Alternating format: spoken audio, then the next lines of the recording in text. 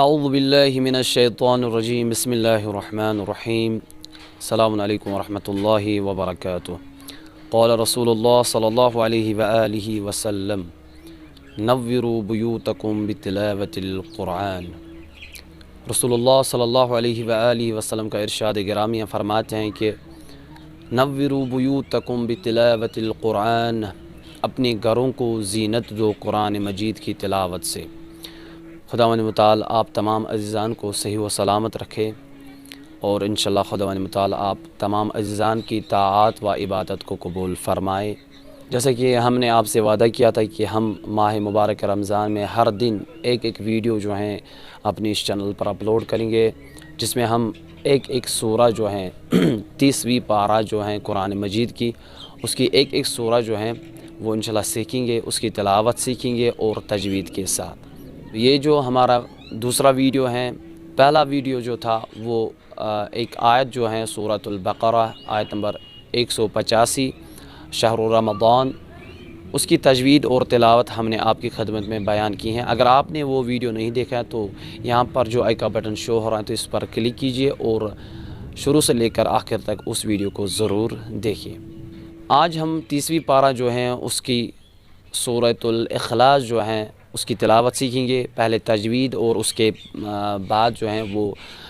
تلاوت اس کی پڑھیں گے، اور انشاءاللہ امید ہے کہ آپ اس ویڈیو کو بھی انشاءاللہ آخر تک ضرور دیکھیں گے، اور انشاءاللہ اس ویڈیو کو اپنے دوستوں کے ساتھ ضرور شیئر کیجئے تاکہ وہ بھی قرآن کریم سے مانوس رہیں اور قرآن کریم کو اچھی طرح پڑھ سکیں، اور انشاءاللہ ہماری جو نمازیں ہیں، ہم نماز میں بھی پڑھتے ہیں اس سورۃ الاخلاص کو، انشاءاللہ ہماری نماز بھی درست ہو جائے۔ چونکہ 30ویں پارہ کی بات کرنی ہے کہ اس میں ہم نے جو ہے تلاوت اور تجوید کے ساتھ استاد قاری قمر علی صوفی صاحب نے جو ہے وہ آپ کو پڑھائی ہے۔ اگر آپ نے وہ ویڈیو نہیں دیکھے تو ڈسکرپشن میں ان سب ویڈیوز کی لنک جو ہے موجود ہے، آپ ان ویڈیوز کو ضرور دیکھیے گا اور انہیں شروع سے لے کر آخر تک بھی دیکھیے گا، ٹھیک ہے۔ ان میں جو ہے سورۃ الفاتحہ کی تلاوت آپ نے جو ہے وہ سیکھی ہیں اس میں، اور سورۃ الناس اور سورۃ الفلق۔ آج جو ہمارا ویڈیو ہے وہ ہے سورۃ الاخلاص کے بارے میں، اور انشاءاللہ اس کے بعد جو ویڈیو آئے گا وہ ہے سورۃ المسد جو ہے، انشاءاللہ اس کے بارے میں ویڈیو آئے گا۔ یہ جو سورہ ہے سورۃ الاخلاص، اس کی تھوڑی بہت جو ہے ہم کچھ نکات بتائیں گے کہ اس کی تلاوت کی فضیلت کیا ہے۔ امام جعفر صادق علیہ السلام سے روایت ہے کہ امام جعفر صادق علیہ السلام نے فرمایا کہ رسول اللہ صلی اللہ علیہ وآلہ وسلم کو ایک دن ایک یہودی سردار تھا، اس نے رسول اللہ صلی اللہ علیہ وآلہ وسلم سے سوال کیا کہ خدا کی توصیف بتائے، خدا کی حمد و ثنا بتائے، تو رسول اللہ صلی اللہ علیہ وآلہ وسلم 3 دن تک خاموش رہے تھے، اور اس کے بعد جو ہے یہ سورہ نازل ہوئی سورۃ الاخلاص، اور اس کا دوسرا نام ہے سورۃ التوحید، سورہ توحید اس کو کہتے ہیں، ٹھیک ہے۔ اور اس کے بعد وہ جواب مل گیا یہودیوں کو۔ تو اس کی تلاوت کی فضیلت کیا ہے؟ روایت میں آیا ہے کہ حضرت محمد مصطفیٰ صلی اللہ علیہ وآلہ وسلم ایک دن سعد ابن معاذ جو ہیں اس کے جنازے پر جو ہے وہ کھڑے تھے اور نماز جنازہ ادا کر رہے تھے، تو رسول اللہ صلی اللہ علیہ وآلہ وسلم نے دیکھا کہ 70,000 فرشتے جو ہیں وہ سعد ابن معاذ کے جنازے پر نماز پڑھ رہے ہیں۔ تو انہوں نے جبرائیل علیہ السلام سے سوال کیا کہ یہ 70,000 فرشتے کیوں اس کے جنازے پر نماز پڑھ رہے ہیں، اس نے ایسا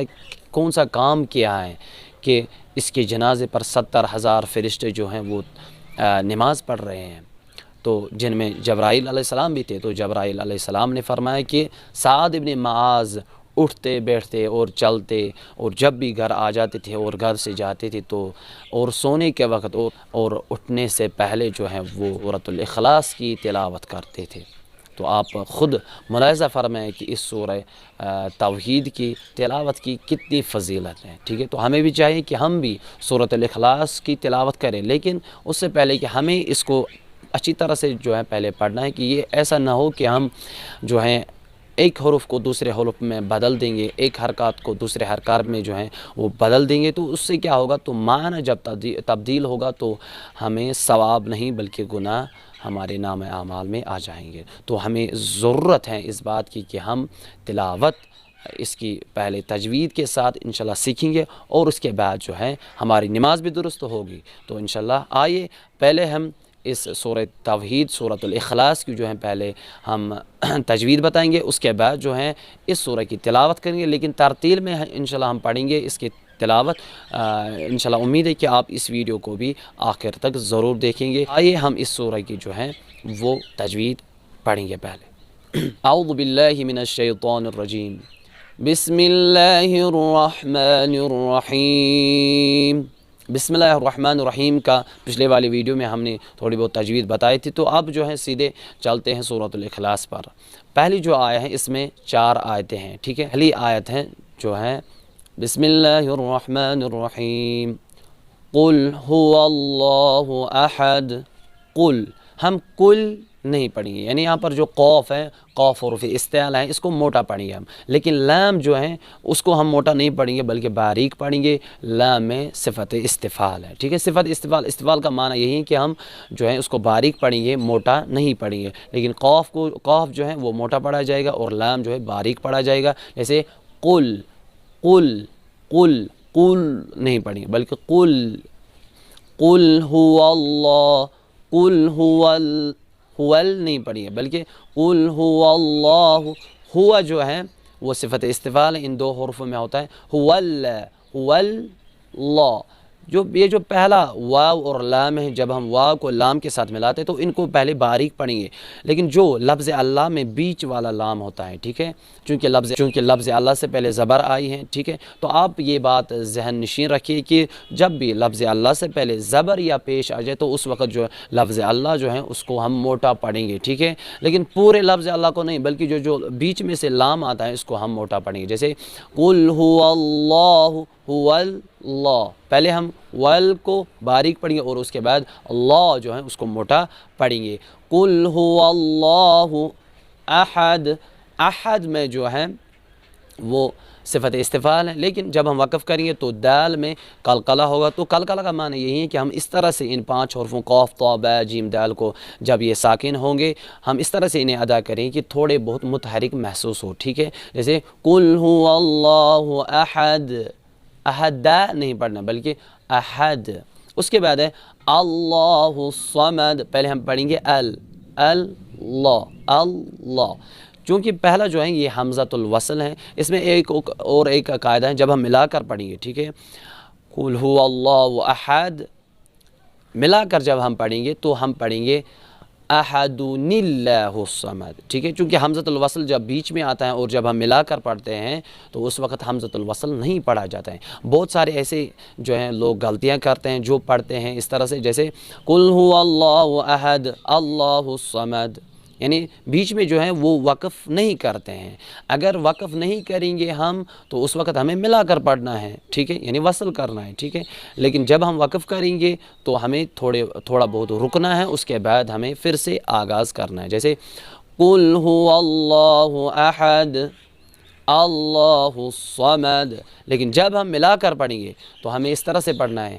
قل هو اللہ احد اللہ الصمد، تو اس وقت ہم پڑھیں گے نلا، چونکہ احدن جو ہے اس میں تنوین ہے، لیکن اس میں جو ہے ایک پیش اور ایک نون ساکن ہوتا ہے، اور اس نون ساکن کو ہم خود جو ہے زیر لگاتے ہیں اور اس نون کو جو ہے پھر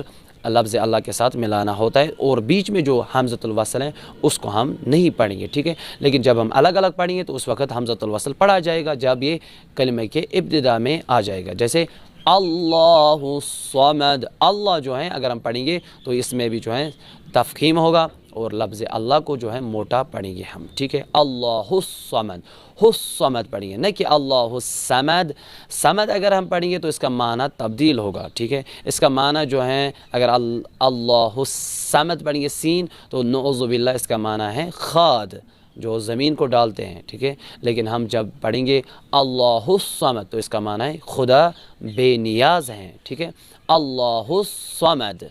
لم یلد، تو صمد میں جو ہے صاد ہو، اس میں صفت استعلا ہے، اس کو موٹا پڑھیں گے، لیکن جو صمد میم اور دال ہے اس میں صفت استفعال ہے، ان کو جو ہے باریک پڑھیں گے، لیکن دال میں قلقلہ ہے اس کو تھوڑا بہت جو ہے متحرک محسوس کر کے تھوڑا بہت ادا کریں گے، ٹھیک ہے۔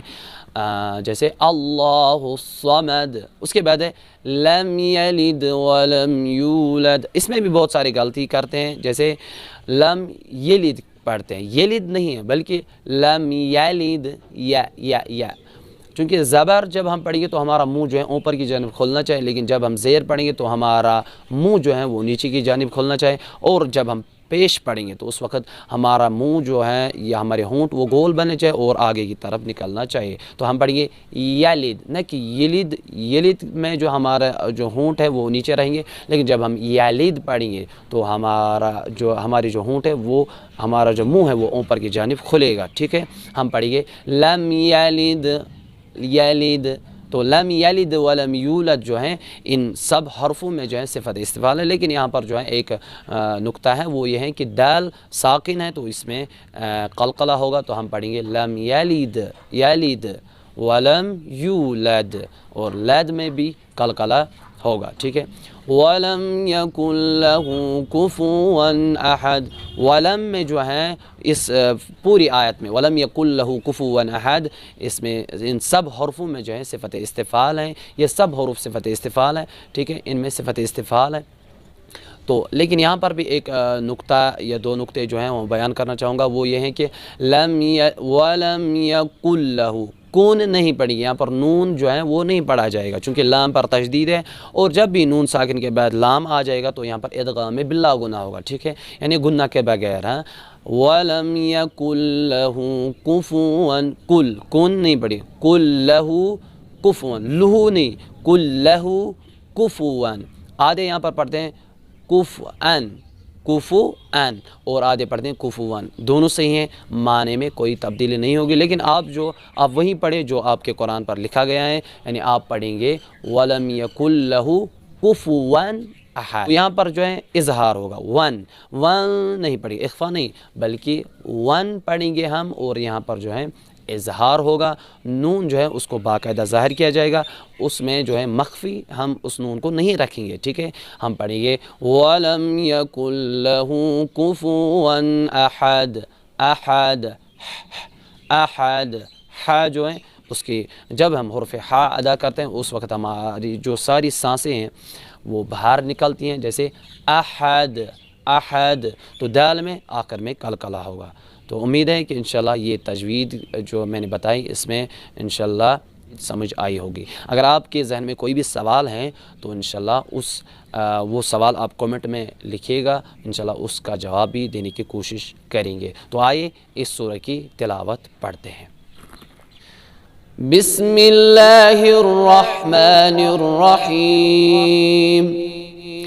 قل هو اللہ احد اللہ الصمد لم یلد ولم یولد ولم یکن له کفوا احد۔ تو آئیے اس کو ملا کر پڑھیں گے، ٹھیک ہے۔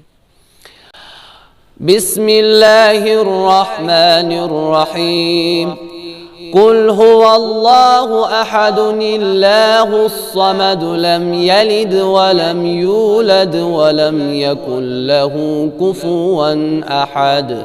صدق اللہ العلی العظیم۔ تو امید ہے کہ انشاءاللہ آپ کو یہ ویڈیو پسند آیا ہوگا، تو اس ویڈیو کو اپنے دوستوں اور رشتہ داروں کے ساتھ بھی انشاءاللہ ضرور شیئر کیجیے گا ثواب کی نیت سے۔ والسلام علیکم ورحمۃ اللہ وبرکاتہ۔ ملتے ہیں اگلے ویڈیو میں، تب تک کے لیے خدا حافظ۔